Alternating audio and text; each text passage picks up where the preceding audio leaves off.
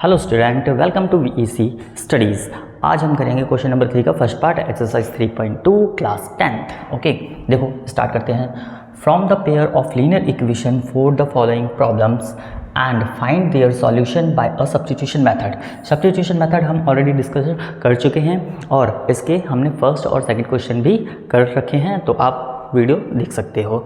Then अब हम start करते हैं क्वेश्चन नंबर फर्स्ट में क्या लिखा है, the difference between two numbers is 26। मतलब कि दो नंबर के बीच का डिफरेंस जो है वो कितना है, 26 है। And one number is 3 times the other, मतलब कि जो पहला नंबर है वो दूसरे नंबर से कितना ज़्यादा है, 3 टाइम्स। ओके, फाइंड दैम, और सब्स्टिट्यूशन मेथड की हेल्प से हमें वो नंबर फाइंड करना है। तो स्टार्ट करते हैं। Let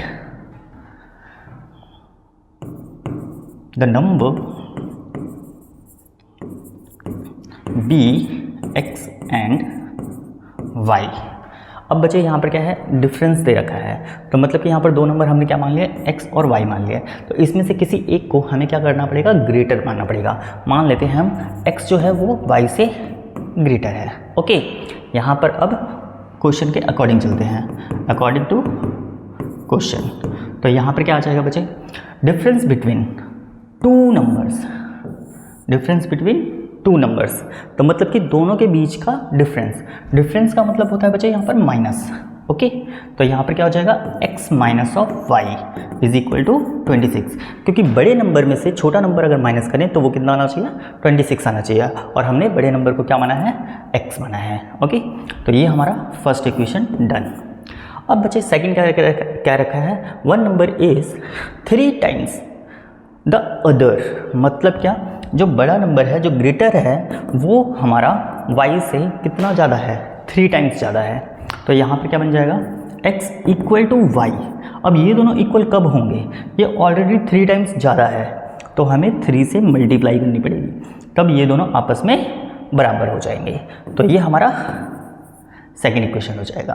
ओके, अब इसका सॉल्यूशन देखते हैं। हमारा इक्वेशन बन चुका है, अब हम इसका सॉल्यूशन देखते हैं। तो यहाँ पर फ्रॉम इक्वेशन 1, तो वो क्या है, x minus of y is equal to 26। अब बच्चे x के प्लेस पर हम क्या कर सकते हैं, x का वैल्यू मतलब कि 3y को पुट कर सकते हैं। तो यहाँ पर हमारा क्या आ जाएगा, 3y and minus of y is equal to 26। बच्चे इसमें से इसको माइनस करेंगे तो यहाँ पर आ जाएगा हमारा 2y is equal to 26। Okay, 3y minus of y is equal to 2y। अब 2 को इसके अपॉन में ले आओ, तो y इज इक्वल टू कितना हो जाएगा, 26/2।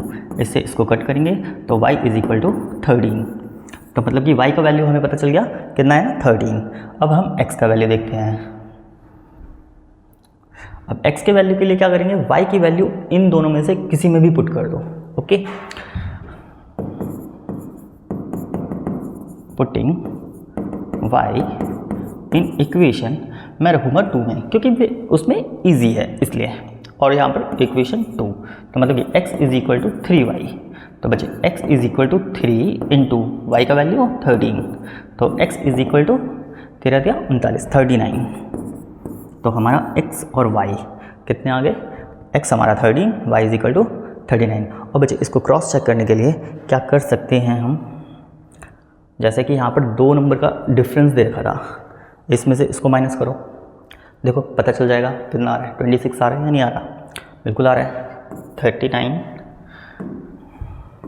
39 माइनस ऑफ 13, तो 6 एंड 2, तो 26।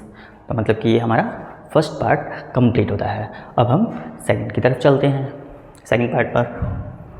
Question number second part third का। ओके, यहाँ पर क्या देखा है, द लार्जर ऑफ 2 सप्लीमेंट्री मतलब बच्चे 180, sum of 2 angle is equal to 180।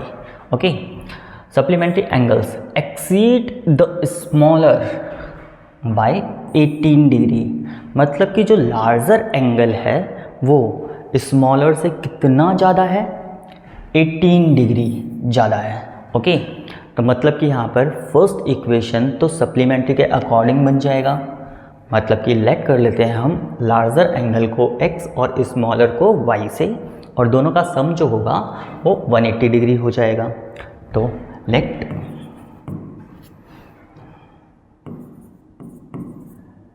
Larger angle be x और स्मॉलर एंगल बी y। अब अकॉर्डिंग टू क्वेश्चन मतलब कि क्या, द लार्जर नंबर मतलब कि सप्लीमेंट्री की फर्स्ट इक्वेशन बनाते हैं हम। यहाँ पर क्या दे रखा है, x plus of y is equal to 180। ये हमारा फर्स्ट इक्वेशन हो गया। ठीक है, क्यों? क्योंकि सप्लीमेंट्री क्या होता है, sum of two angle is equal to 180। ठीक है, अब यहाँ पर क्या रखा है, जो लार्जर एंगल है वो स्मॉलर से कितना ज़्यादा है, 18 degree.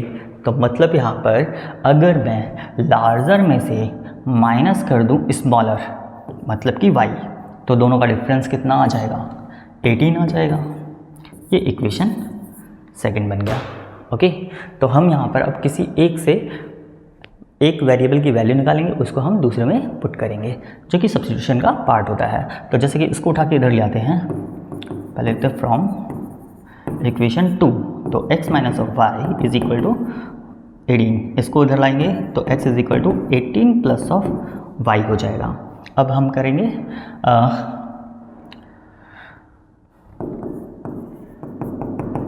Putting x in equation 1। जो x का वैल्यू है वो हम फर्स्ट इक्वेशन में पुट करते हैं। तो यहाँ पर क्या क्या आएगा, 18 प्लस वाई, ये x के प्लेस पे आ जाएगा। चलो पहले इक्वेशन लिख देते हैं, x plus of y is equal to 180। अब इसको यहाँ पर रखेंगे तो कितना आएगा बच्चे, यहाँ पर रखने पे 18 plus of y plus y is equal to 180। अब इस 18 को उठा के इधर ले आओ और y plus y 2y is equal to 180 minus of 18 हो जाएगा। ओके, तो यहाँ पर कितना आ जाएगा, y इज इक्वल टू, देखो 10 में से 8 गए 2, और 7 में से 1 गया 6 और 1, और ये जो 2 था ये डिवाइड में आ जाएगा 2। तो यहाँ पर हमारा कितना आ गया, y is equal to 2 8 16 and 1, तो मतलब कि 81। ओके, अब हम क्या करेंगे, y का वैल्यू इसको मान लेते हैं थर्ड इक्वेशन, तो हम इसमें पुट कर देंगे, हमें x पता चल जाएगा। पुटिंग y इन इक्वेशन 3, इसमें रखने पे बिल्कुल ईजिली हो जाएगा, हमें ज़्यादा प्लस माइनस करने की ज़रूरत नहीं पड़ेगी। हम यहाँ पर बस वैल्यू पुट करेंगे और आंसर आ जाएगा। तो जैसे कि x is equal to 18 plus y के प्लेस पे 81, तो x इज इक्वल टू 99 हो जाएगा ऐड करने पर।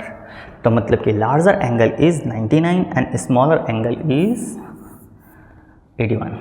तो मतलब कि ये हमारे सॉल्यूशन हो गया। सेकंड पार्ट भी हमारा कंप्लीट होता है, आप इसको नोट कर लीजिए। फिर थर्ड पे चलते हैं। क्वेश्चन नंबर थर्ड पार्ट में क्या कह रखा है बच्चे, the coach of the cricket team buys 7 bats and 6 ball for rupees कितना 3800। Later she buys 3 bat and 5 balls 1750। Okay, तो मतलब कि यहाँ पर दो इक्वेशन हमें सीधी सीधी दिख रही हैं और हमें क्या करना है, find the cost of each bat and each ball. ठीक है, तो फर्स्ट इक्वेशन देखो, अगर हम बैट को x से रिप्रेजेंट करते हैं, बॉल को y से रिप्रेजेंट करते हैं, तो यहाँ पर क्या हो जाएगा 7x plus 6y is equal to 3800। और इसके अकॉर्डिंग यहाँ पर 3x plus 5y is equal to 1750। तो करते हैं start. Let cost of each bet is equal to rupees x and cost of each ball is equal to rupees y।